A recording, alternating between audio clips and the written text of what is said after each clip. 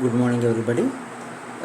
ఈరోజు మీకు థర్మోడైనమిక్స్ ఉష్ణగతిక శాస్త్రంలో రెండో అతిపెద్ద క్వశ్చన్ అయినటువంటి కార్నోట్ చక్రం గురించి, ఆ Carnot engine, Carnot theorem, కార్నో cycle, కార్నో యంత్రము, కార్నో చక్రము, కార్నో సిద్ధాంతము, ఇలా ఏదో ఎన్ని పేర్లతో పిలిచినా ఒకటే దండి. దీంట్లో కొంచెం భాగాల కింద విడగొట్టేసి మీరు ఎగ్జామ్లో రాస్తే సరిపోతుంది, లేదా ఒకే ఎస్ఏ క్వశ్చన్ కింద ఇది ఈజీగా మీకు వస్తుందన్నమాట. సో ఈరోజు రెండో అతిపెద్ద క్వశ్చన్ అయినటువంటి కార్నో చక్రం గురించి చెప్తానండి. ఇది ఫుల్ డీటెయిల్డ్ నోట్స్, ఇది మొత్తం డీటెయిల్డ్ నోట్స్. మీరు చెప్పినటువంటి ఎక్స్ప్లెనేషన్ ఈ యొక్క నోట్స్ మీరు ఈజీగా రాసుకొని మీరు ఒక ఎస్ఏ క్వశ్చన్ కింద తయారు చేసుకోవచ్చు. ఓకే, సో ఎక్స్ప్లెయిన్ చేస్తాను, జాగ్రత్త చూడండి.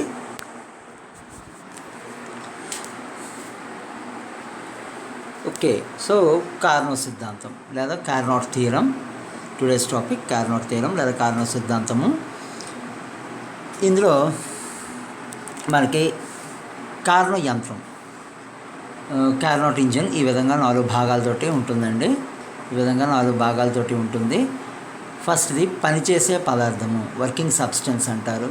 ఇందులో మీరు గ్యాస్ తీసుకుంటారు, పెద్ద సిలిండర్, స్తూపాకార పాత్ర, గ్యాస్ తీసుకుంటారు, ఐడియల్ గ్యాస్, ఆదర్శ వాయువు తీసుకుంటారు. దానిపైన ముషరకం ఉంటుంది, పైకి కిందకి ఫ్రీగా కదలడానికి. ఈ కింద భాగం నుంచి మాత్రమే శక్తి లోపలికి బయటకి వస్తుంది, హీట్ ఎనర్జీ లోపలికి బయటకి వస్తుంది అన్నమాట.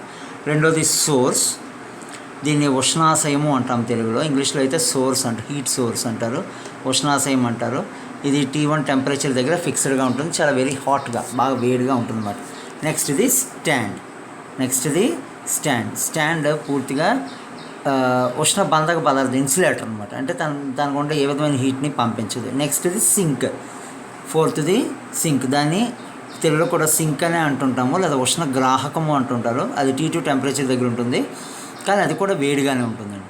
T1తో పోలిస్తే T2 తాలూకా టెంపరేచర్ చాలా తక్కువ అనమాట. ఓకే, సో ఇది ఏ విధంగా పనిచేస్తుంది, మనం ఏం చేస్తామంటే ఫస్ట్ ఈ యొక్క దీన్ని తీసుకొచ్చి స్టాండ్ మీద పెడతాం. స్టాండ్ మీద పెట్టినప్పుడు అది ఒకసారి గ్రాఫ్ చూస్తూ ఉండండి, క్లియర్గా ఎక్స్ప్లెయిన్ చేస్తాను. ఈ స్టాండ్ మీద పెట్టినప్పుడు అది P1, V1, T1 అనేటటువంటి స్థితిలో పాయింట్ ఏ దగ్గర ఉంది అనుకుందాం. P1, V1 and T1 temperature. మేము ఏం చేస్తామంటే అప్పుడు దీన్ని తీసుకొచ్చి దీని మీద పెడతాం, సోర్స్ మీద.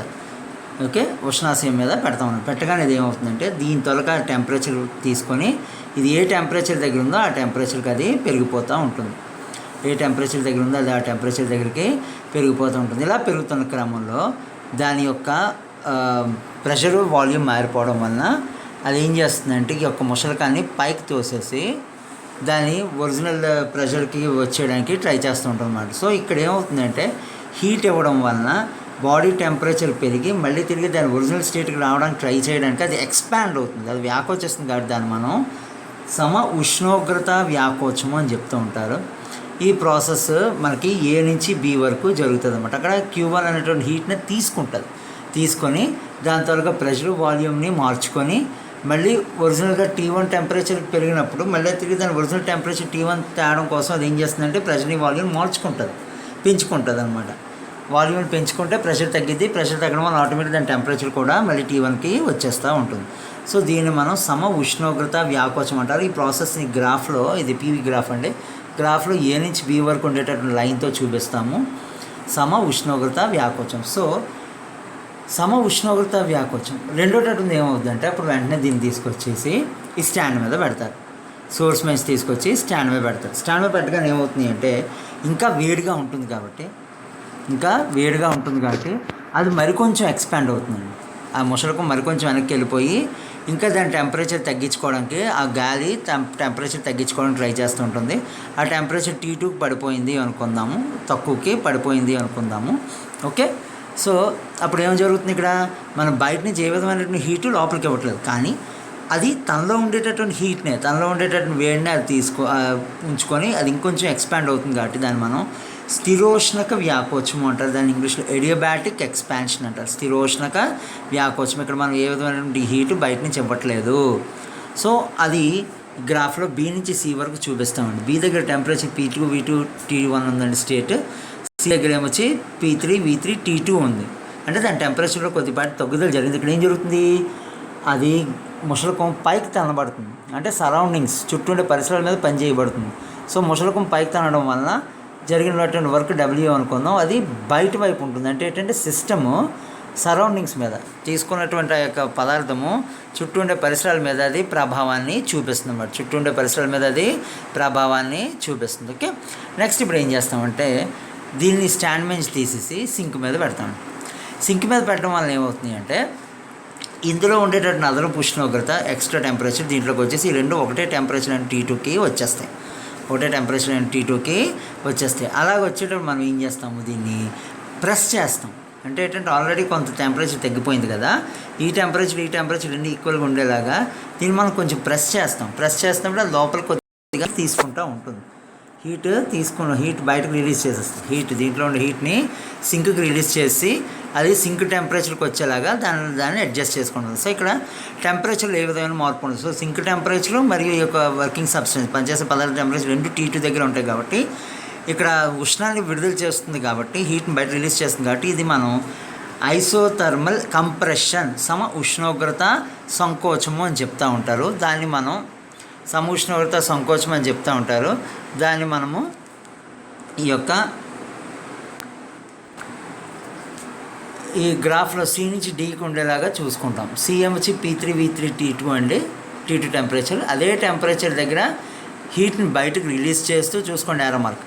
సిస్టము హీట్ని బయటకు రిలీజ్ చేస్తూ దాని తాలూకా ప్రెషర్ని వాల్యూమ్ని మార్చుకుంటూ ఉంటుంది. టెంపరేచర్ ఫిక్స్డ్గా ఉంటుంది. సో టెంపరేచర్ ఫిక్స్డ్గా ఉండి ఇచ్చే స్టేజ్ మారుతుంది కాబట్టి దీన్ని ఉష్ణోగ్రత సంకోచము అంటారు. ఎందుకంటే అక్కడ మనం కంప్రెస్ చేసి దీని టెంపరేచర్ని T2కి ఈక్వల్ ఉండేలా చేస్తున్నాం.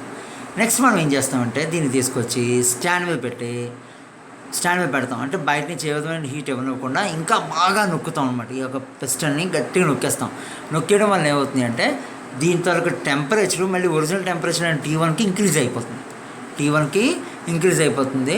అలాగే ప్రెషరు మరియు వాల్యూమ్ కూడా ఫస్ట్ స్టేజ్కి వచ్చేస్తాయి అన్నమాట. సో ఈ విధంగా ఏం చేస్తామంటే దాన్ని బయట నుంచి ఏ విధమైన ఉష్ణం ఇవ్వట్లేదు కాబట్టి టెంపరేచర్లో పెంచుతున్నాం కాబట్టి సో దీన్ని మనం ఎడియాబాటిక్ కంప్రెషన్ స్థిరోష్ణక సంకోచము అంటారు.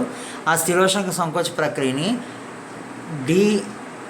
P4 V4 T2 నుంచి P1 V1 T1కి మళ్ళీ పెరుగుతుంది. ఇక్కడ ఏం జరుగుతుందంటే మనం బయట నుంచి ప్రెషర్ ఇస్తున్నాం కాబట్టి, అంటే బయట నుంచి పనిచేస్తున్నాం కాబట్టి వర్క్ డన్ W4 ఏమొచ్చి సిస్టమ్ మీద పనిచేస్తుంది.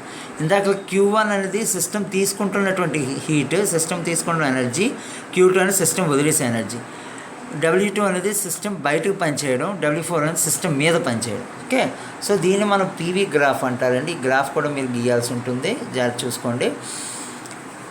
ఇది కారణం ఇంజన్ అన్నమాట. సో ఈ చక్రీయ ప్రక్రియ, ఇది ఒక సైకిల్ ప్రాసెస్. A నుంచి Bకి, B నుంచి Cకి, C నుంచి Dకి, మళ్ళీ తిరిగి చివరిగా ఫస్ట్ అయినటువంటి పాయింట్ Aకి వచ్చేస్తుంది కాబట్టి ఇది ఒక సైక్లిక్ ప్రాసెస్. ఓకేనా, సో ఇది కారణం యంత్రం తాలూకా జస్ట్ ఎక్స్ప్లెనేషన్ అండి.